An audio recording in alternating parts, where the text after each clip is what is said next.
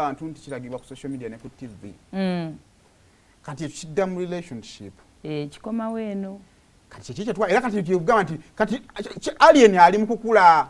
Nti oyinza okubaamu nesale nti ogeetaaga nnyo. Noyinza okugeetaaga kubeeraawo okumpi nti kati mu kaseera ng'ekivvulu ekyo kiganye. Mulimu abantu bakwano b'amawulire. I think we had that discussion naawe.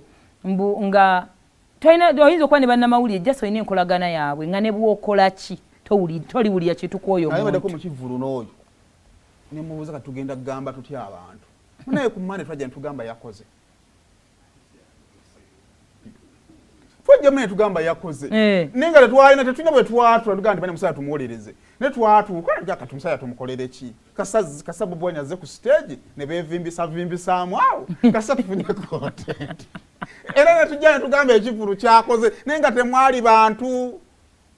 Kakati relationship y'abamawulire awo ekola ki? Ekivvulu ekibanga kyabadde kya Champion Gudo, how do you rate it? Nga bwe tukimanyi kyali kya Champion Gudo. However, Champion Gudo alina omuntu w'emabega. Champion Gudo atambulira ku alien. So it is alien scheme. Kyabadde kya alien scheme. Kyaganye. Kyoga teriyo abantu bagenze for sympathy of Champion Gudo. Sympathy kikimala. Olukumi oterumala.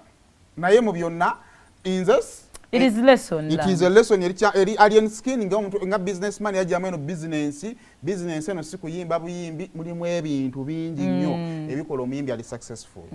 Byebyo. Kale.